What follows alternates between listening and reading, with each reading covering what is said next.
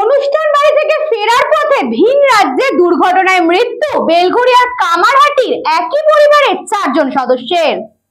অনুষ্ঠান বাড়ি থেকে ফেরার পথে ভিন রাজ্যে দুর্ঘটনায় মৃত্যু বেলঘরিয়া কামারহাটির একই পরিবারের 4 সদস্যের।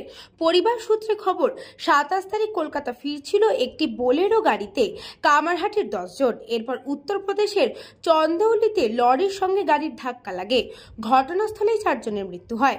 এর মধ্যে উত্তরপ্রদেশের একজন, বাকি 3 জন আক্তার আনসারি বয়স 50 বছর, হাকিমুল নেশা 30 বছর এবং 7 বছরের বাচ্চা শায়েস্তা নেশা। এরা প্রত্যেকেই কামারহাটির রোজেন বাগানের বাসিন্দা। এই খবর বাড়িতে আসতেই শোকের ছায়া নেমে আসে এলাকায়। বাকি 6 জন আশঙ্কাজনক অবস্থায় উত্তরপ্রদেশের हॉस्पिटले भर्ती। शादीवाड़ी में प्रोग्राम था, उधर से वापस आ रहे थे, स्टेशन खत्म, वही लोरी से धक्का लग गया।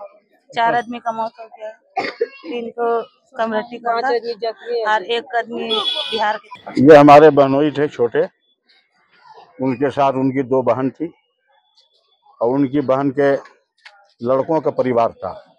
ये लोग एक शादी के फंक्शन में गए थे।